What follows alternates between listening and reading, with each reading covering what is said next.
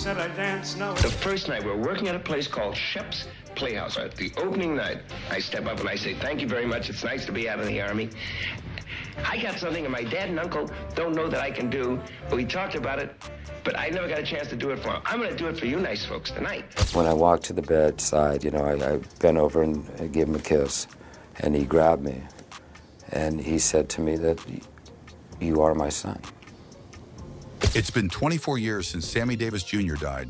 He was a famous singer, dancer, and actor who entertained many people. Recently, his family confirmed some long-held rumors about his life and death.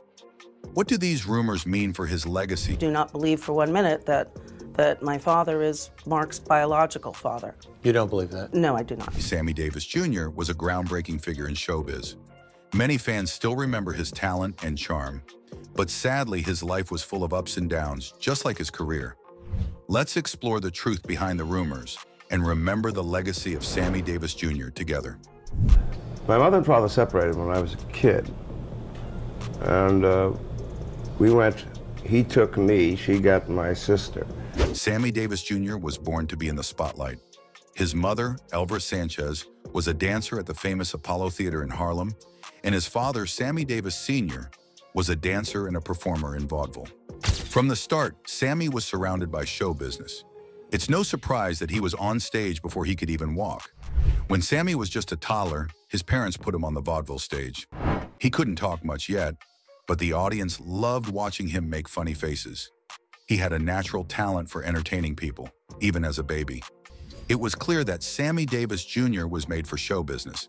But life wasn't perfect for young Sammy, even with all the applause. His family didn't stay together for long. He took me, she got my sister, and Ramona. And she raised my sister. I didn't meet my mother.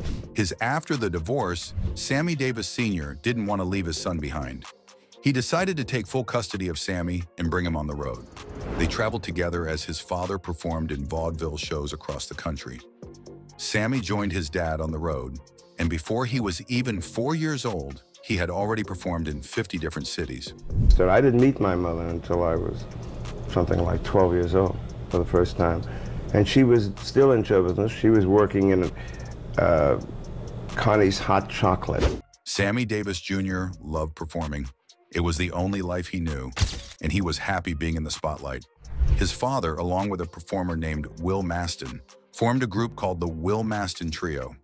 They performed all over the country and became a tight-knit group. Sammy was learning from two experienced entertainers, and he loved every minute of it. But there was a darker side to their travels. Sammy, his father, and Will Maston were all black men, and during that time they often faced racism and prejudice. People would treat them unfairly just because of the color of their skin. But Sammy's father and Will Maston tried to protect him from the harsh reality of racism. They didn't want Sammy to grow up feeling hurt or angry. When someone treated them badly, they would tell Sammy it was just because those people were jealous. Oh my Lord. Is your mother alive? Yes, and my father. I come from good lineage. For a while, they were able to shield Sammy from the truth. But as Sammy got older, he began to see what was really happening. He learned that people were not just jealous, but that they looked down on him because of his race. This was a painful lesson for Sammy, but it was something he would have to face as he continued his journey in show business. He later said, "Overnight, the world looked different. It wasn't one color anymore. I could see the protection I'd gotten all my life from my father and Will. I appreciated their loving hope that I'd never need to know about prejudice and hate, but they were wrong.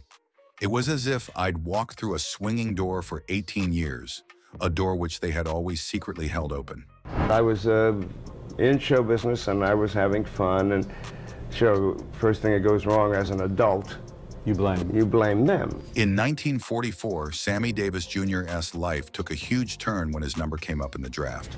At just 18 years old, he had spent his entire life performing on stage. But now he found himself in the U.S. Army during World War II. Not just any unit either. He was part of the first ever integrated infantry unit, meaning black and white soldiers fought side by side. The idea sounded hopeful, but for Sammy, it turned into a nightmare. Sammy Davis Jr. was a small guy, barely 120 pounds, and he had never known a life outside of show business. You can imagine how terrifying it must have been for him to leave the stage and join the army, especially at the height of the war. But as scared as he might have been, nothing could have prepared him for what was to come. Many of the white soldiers, especially those from the South, made his life miserable. They didn't want a black man in their unit, and they made sure he knew it. The abuse Sammy faced was cruel and non-stop. He got into fistfights almost every day, trying to defend himself. These fights left him with a broken nose, not once, but several times. This injury is what gave him the signature pancake nose he became known for later in his career. But the fistfights were only part of the torment. Some of the white soldiers took their bullying to a whole new level. In one cruel incident, they held Sammy down and painted his skin white.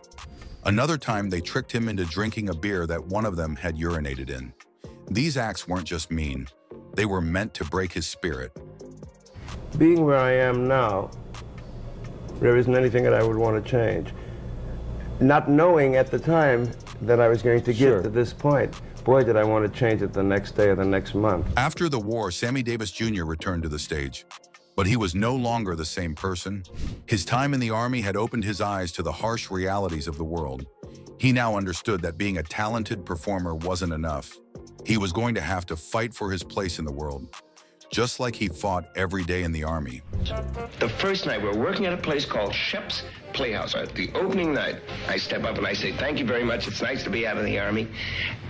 I got something that my dad and uncle don't know that I can do. We talked about it, but I never got a chance to do it for them. I'm going to do it for you nice folks tonight. Then something happened at a Hollywood nightclub called Heroes in 1951. The Will Mastin Trio, a group that included the talented Sammy Davis Jr., took the stage. Their performance was only supposed to last 20 minutes because they were the opening act. But this wasn't just any night. Some of the biggest Hollywood stars were in the crowd. Sammy Davis Jr. decided to give it his all that night. He didn't just perform, he wowed the crowd with his impressions of other celebrities. The stars in the audience loved it so much that the trio stayed on stage for almost an hour. This was Sammy's big introduction to Hollywood, and from that moment, his life would change forever. Yes. And he used to sit back in the dressing room and practice signing his name. After this night, Sammy Davis Jr.'s career took off. By 1953, he was no longer just a small-time performer. He was becoming a star. ABC, a major TV network, even offered him his own TV show. However, there was a problem. Back then, the world wasn't ready for a black man to be the star of his own show. Even though Sammy filmed a pilot episode, the show never aired because no big companies wanted to sponsor a TV show with a black star. But even though this was a setback, bigger problems were on the horizon. Black acts couldn't even come in the front door of a hotel. Black acts working in Vegas couldn't stay in the hotel. And this was Lena and Harry Belafonte and Nat Cole, because there was a very hard color line. Even though his TV show didn't happen as earlier mentioned, Sammy's life on the road with the Will Mastin Trio was better than ever. The trio was performing in Las Vegas at the New Frontier Casino. They were making $7,500 a week, which was a lot of money back then. For years, they had struggled to make a living, playing in small towns and not getting much recognition. But now they have made it to the big time. There was another sign that things were changing for them. For years, when they played at white-owned casinos, they weren't allowed to stay in those hotels. They had to sleep in black neighborhoods even if they were the stars of the show. But at the New Frontier Casino, they were finally given suites to stay in, just like the white performers. This was a huge step forward for them, showing that barriers were starting to fall. However, just as everything seemed to be going well, disaster struck. The details of that disaster would change Sammy Davis Jr.'s life forever. Even though things looked good on the surface, fate had something difficult in store for him. He was driving down the road and two women coming in the other direction rammed into him and he fell and hit. Sammy Davis Sr. and Will Mastin bought him a brand new Cadillac. This wasn't just any car. His initials were even painted on the passenger side door. They wanted Sammy to feel special and loved. But if they had known what was about to happen, they might have picked a different, safer gift. Sammy was known for mixing business and pleasure. He worked hard, but he also loved to have fun. So it wasn't a surprise that the day before a big recording session in Los Angeles, He was out drinking, gambling, and performing in Las Vegas. The next morning, Sammy got into his shiny new Cadillac and started driving down feeling on top of the world. However, his perfect life took a sudden and terrible turn. As Sammy was driving, a woman pulled her car into his lane, trying to make a U-turn. There wasn't enough time for Sammy to stop or avoid her. His car crashed into hers, and in an instant, everything changed. I mean, he fell and hit the post and knocked his eye out. The first thing Sammy thought of after the crash was his assistant, Charlie, who had been in the car with him. Sammy managed to pull himself out of the car and stumbled over to Charlie. What he saw was horrifying. Charlie's jaw was badly dislocated, hanging open as blood poured down his face. Charlie looked terrible, but when he saw Sammy, his reaction was even scarier. Instead of speaking, Charlie pointed at Sammy's face and let out a horrible sound. Sammy didn't understand at first, but then he reached up to feel his own face, and that's when he realized something was terribly wrong. His eyeball was hanging out of its socket, dangling by a thread. He gets out of the car and he has his eye in his hand. And he wakes up in a hospital and his eyes are both covered. When the car crashed, Sammy's face had slammed into the steering wheel, and the Cadillac's design made things even worse. The car had a sharp, bullet-shaped horn on the steering wheel, and when the crash happened, Sammy's face went right into it. This caused serious damage to his left eye. In fact, Cadillac changed the design of their steering wheels after this accident, but for Sammy, it was already too late. In shock, Sammy did what many people might try to do. He tried to push his eye back into place, but that wasn't going to work.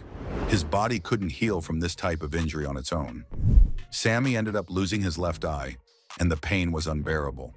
However, what scared Sammy the most wasn't just the pain or the injury itself. He was terrified of how this would change his life, his career, and his ability to perform. Sammy Davis Jr.'s accident was a turning point in his life. The shiny Cadillac that was meant to be a symbol of success and love from his mentors became part of one of the most painful moments of his life.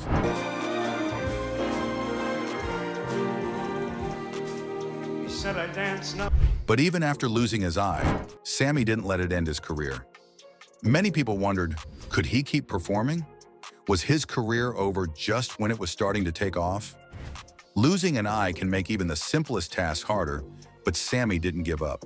He worked hard to adjust, learning how to balance and move again as he recovered. Amazingly, within just a few weeks, Sammy was ready to step back on stage. When he performed for the first time after his accident at a famous nightclub called Ciro's, he didn't expect a huge crowd, but half of Hollywood showed up to support him. Sammy later said, "I never felt so much like I belonged in show business. Everything I had gained from it, like money, was nothing compared to the love I felt from everyone." This moment gave him the strength to keep going. As time passed, Sammy's incredible talent began to outshine even his mentors, his father, Sammy Davis Sr., and their close friend, Will Maston. Now it was Sammy's time to shine. His father recognized this and stepped back. By the late 1950s, Sammy Davis Jr. was at the top of his game. He was earning $25,000 a week performing. Sammy decided he would send a bold message to everyone who doubted him. He said, "I got so fed up with the unfairness, the rudeness, and the way people treated me because of my race. I reached a point where I wanted to find the most famous, whitest woman in the world and show everyone that I could be with her." And that's exactly what he did. Did you like the show? Yeah. How'd you know I was there? Saw you. But that all changed one night in 1957. That night, Sammy performed at the nightclub in Chicago. He wowed the crowd, but one woman in the audience caught his eye. Her name was Kim Novak. She was a famous actress, and they quickly started an affair. Little did they know that their romance would almost destroy both of them. In the 1950s, relationships between black men and white women were very controversial. Sammy once said their relationship was part love affair, part civil disobedience. In other words, they were both in love and trying to break the unfair rules of the time. Even though they tried to keep their love a secret, it wasn't long before the news got out. The public was shocked. But the biggest problem wasn't the public. It was Kim's boss, Harry Cohn. Harry Cohn was the head of Columbia Pictures, the studio that made Kim Novak a star. He was furious when he found out about their relationship. He didn't want a black man like Sammy Davis Jr. dating his top blonde star. Well, I enjoy talking to you. But Kim didn't want to give up so easily. Sammy, who was in real danger. Despite all the pressure, Sammy and Kim continued their relationship. But it wasn't easy. When he realized Sammy and Kim weren't giving up, Cohn took things to a new level. Rumor has it that Cohn had Sammy kidnapped for a few hours to scare him. He also sent a warning to Sammy's father. Cohn told him that men were coming to break Sammy's legs and blind him unless he married a black woman right away.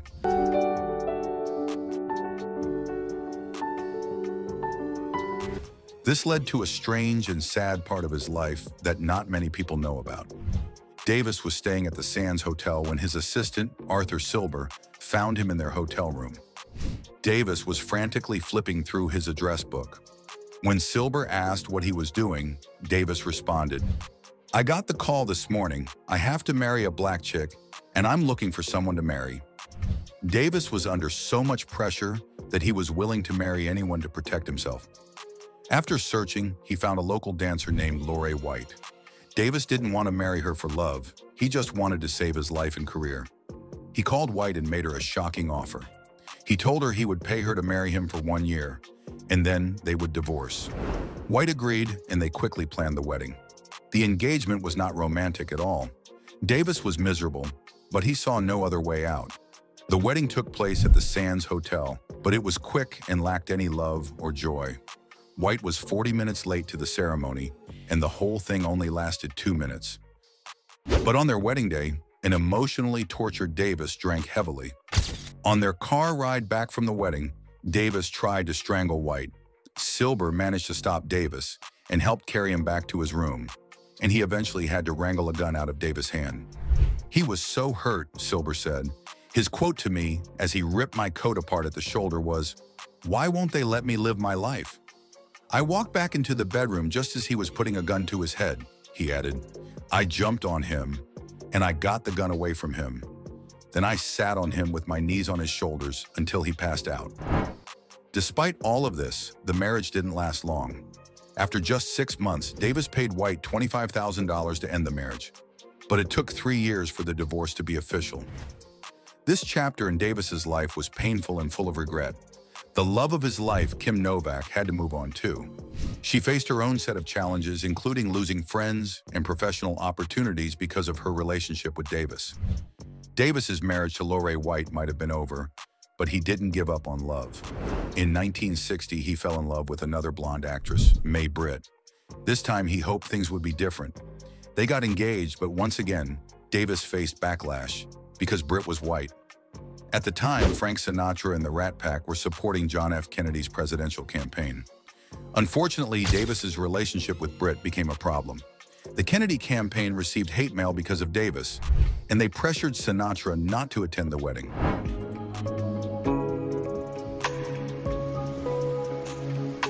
Once again, Davis had to make sacrifices. He decided to postpone his wedding to Mae Britt until after the election, which made Sinatra emotional. 5 days after Kennedy's victory, Davis and Britt got married, and Sinatra stood by his side. Even though they started a family and had children together, Davis's career and lifestyle made the marriage difficult. He spent most of his time working, which led to the couple's separation after 8 years. Sammy got married again to Elvera Gore. Sammy lived a life full of wild stories. One of those surprising moments happened when Davis hosted a private movie screening for about 40 of his Hollywood friends, including some big stars. But then the film Deep Throat came on the screen, a famous adult movie from the 1970s. The audience, expecting something normal, was embarrassed, but Davis seemed to enjoy the surprise. Davis's connection to Deep Throat didn't stop there. He ended up becoming friends with Linda Lovelace, the star of the movie. Their friendship got so wild that Davis even convinced his wife to join in on some outrageous activities. When I walked to the bedside, I bent over and gave him a kiss, and he grabbed me, and he said to me that, "You are my son." Davis's personal life didn't just affect his friends, it also caused problems with his family. For example, he hired his adopted son, Mark, to work as his assistant. giving them a chance to spend time together. But their relationship wasn't always smooth. They got into a big fight over a Vegas dancer that Mark was dating. Sammy, who was 72 years old at the time, wanted the dancer for himself. When he couldn't get her, he was so upset that he stopped talking to his son for 8 months. Eventually, they reconnected, but it wasn't for a happy reason. Sammy had a big secret to share with Mark. On his deathbed, Sammy called Mark to his side. He told Mark, "You are my son." This wasn't news to Mark, as he was adopted by Davis. But Sammy added something shocking. He revealed that Mark wasn't just his adopted son, he was his real biological son. Sammy had kept this secret for years, probably because he wasn't faithful to his wife, May Britt. But now at the end of his life, he decided to come clean. Mark wanted proof of what his father said. He searched for his birth certificate, and sure enough, it listed Sammy Davis Jr. as his father. But when it came to the part about his mother, the certificate said May Britt, Davis's wife at the time. However, this wasn't true. Britt was not Mark's real mother. When Mark asked Britt if she was his biological mother, she firmly said, no. Many people believe that Mark was born from an affair that Davis had with another white woman. But the true identity of Mark's mother remains a mystery. I do not believe for 1 minute that my father is Mark's biological father. You don't believe that? No, I do not. Davis lived a fast-paced life full of excitement, but his bad habits caught up to him. He had been a heavy smoker for years, which eventually led to throat cancer. Doctors told Davis that he needed surgery, but it would mean he'd never sing again. Davis was heartbroken. Singing was his life, and he couldn't imagine living without his voice. So he chose not to have the surgery, knowing that this meant he would die soon. In May 1990, Sammy Davis Jr. passed away. But even after his death, trouble continued for his family. The IRS showed up the very next day to collect millions in unpaid taxes. His wife, Altovice Gore, was left to deal with his debts. She had to sell most of Davis's possessions just to pay the bills, and in the end, she had almost nothing left. Sadly, Gore's life after Davis's death was far from glamorous. She lived in a small, rundown apartment and struggled to survive. In 2009, she passed away after suffering a stroke. Despite all the chaos in Davis's life, there was one person he held close to his heart, Kim Novak. Years before Davis died, he and Novak reconnected. She visited him while he was in the hospital, and Davis, always the showman, dressed in his best silk robe to see her. They spent some time together, and although their love story didn't have a happy ending, they shared one last moment of peace.